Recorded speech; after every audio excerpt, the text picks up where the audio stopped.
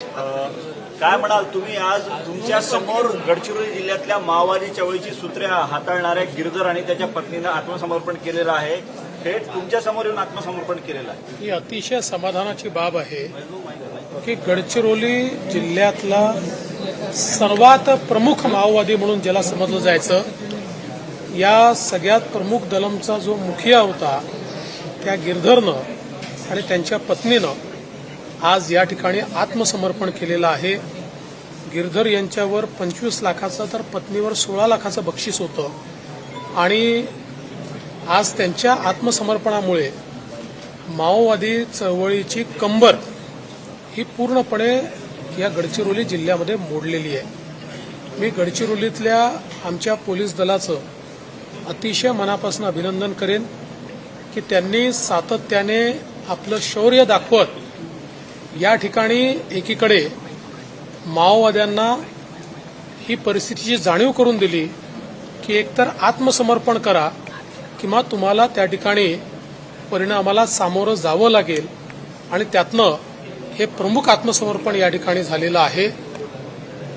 आमच्या C60नी, आमच्या पोलीस दलाने, आमचे SP असतील किंवा आमचे सगळे अधिकारी असतील, यांनी सातत्याने या ठिकाणी केवळ माओवादाचा सामना केला असं नाही, तर त्यासोबत एक सोशल आउटरीच देखील केलेला आहे। समाजातल्या शेवटच्या व्यक्तीपर्यंत योजना पोहोचवण्याचा प्रयत्न देखील केलाय।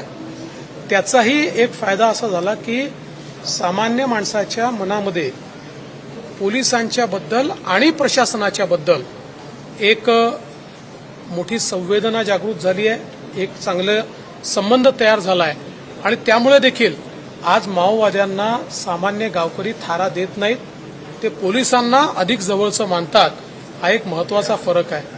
आज आपण समर्पण करणाऱ्या माओवाद्यांना संविधानाची प्रत दिलेली आहे आणि अपेक्षा व्यक्त केली आहे की माओवादी संविधान मानत नाही, ज्यांनी आत्मसमर्पण केलं आहे ते संविधानानुरूप पुढचं आपलं जे काही जीवन आहे ते या ठिकाणी व्यतीत करतील।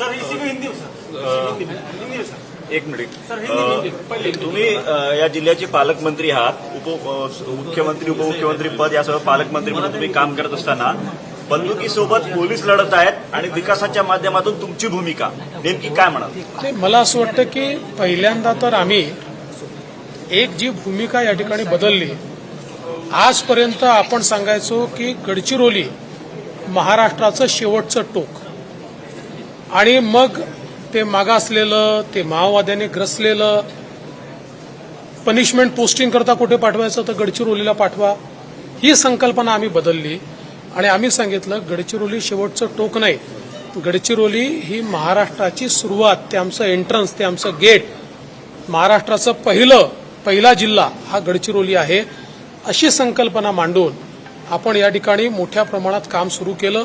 14 ते 19 देखील मला जेव्हा संधी मिळाली होती त्याही काळामध्ये, आताही शिंदे साहेबांच्या नेतृत्वात मला ज्यावेळी या ठिकाणी पालकमंत्री म्हणून संधी मिळाली तर मोठ्या प्रमाणात आपण या ठिकाणचे जे प्रश्न असतील ते सोडवण्याचा प्रयत्न केला। विशेषतः रस्त्यांची कामं असतील, नवीन पुलं असतील, नवीन आउटपोस्ट उघडणं असतील, कम्युनिकेशनच्या सिस्टीम असतील, टावर्स असतील, याची आपण सुरुवात केली। मेडिकल कॉलेज असेल या ठिकाणी, किंवा आता पुढच्या काळामध्ये आपण इथे एअरपोर्ट, धावपट्टीची देखील व्यवस्था करतो।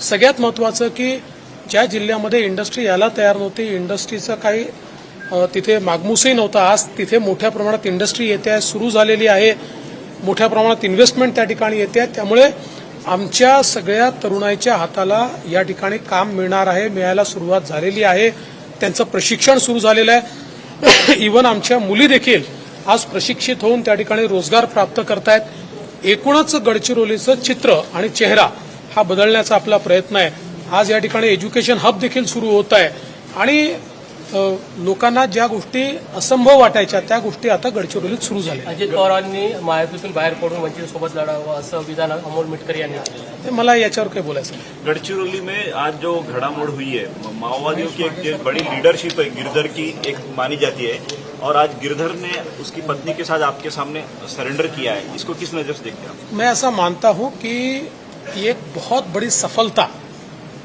पुलिस को और प्रशासन को, सरकार को माओवाद के खिलाफ मिली है, क्योंकि गढ़चिरौली में माओवाद के रीढ़ की हड्डी जिसको माना जाता था ऐसे गिरधर और उनकी पत्नी, ये दोनों माओवादियों ने आज मेरे समक्ष आत्मसमर्पण किया है। गिरधर के ऊपर 25 लाख का इनाम था, उनकी पत्नी के ऊपर 16 लाख का इनाम था और पूरे तरीके से गढ़चिरौली के माओवादी गतिविधियों के प्रमुख के रूप में उनको देखा जाता था।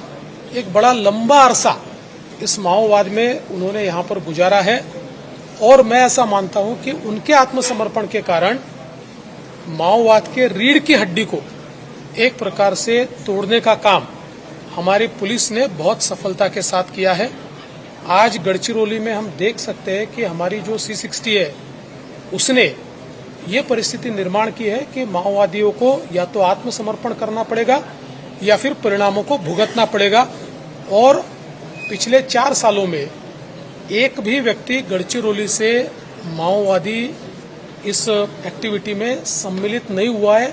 अब उनकी कोई भर्ती यहाँ पर नहीं होती है और विशेष रूप से केवल पुलिसिंग नहीं तो सोशल आउटरीच भी, जो सरकार की योजना है उसको भी सुदूर क्षेत्रों में ले जाने का काम ये हमारे पुलिस के माध्यम से हुआ है।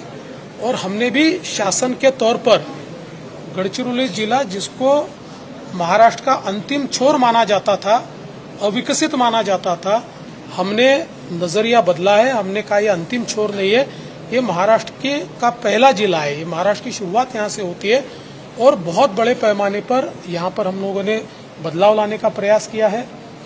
रास्ते हो, पुलिया हो, कम्युनिकेशन हो, इंडस्ट्री हो, ये सारी चीजें हम यहाँ करने का प्रयास कर रहे हैं। जलसंपदा विभागानं पाणीपट्टी करामध्ये 10 पट वाढ केली आहे. शेतकऱ्यांपुढे नवीन संकट आहे. पहिली गोष्ट तर माझी माध्यमांनाही विनंती आहे की माध्यमांनी ही खोट्या नरेटिव्हच्या मागे लागू नये. माध्यमांनी देखील हे तपासून घ्यावं. ही वाढ महाविकास आघाडीच्या सरकारमध्ये झाली आहे. मी त्याचा स्क्रीनशॉट देखील किंवा त्याचं पत्रक देखील हे माझ्या समाज माध्यमांवर टाकलेलं आहे. त्यामुळे स्वतः वाढ करायची आणि मग स्वतः ओरड करायची अशा प्रकारचा बेगडीपणा आहे. रोज खोटं बोलायचं हा त्यांचा प्रयत्न आहे.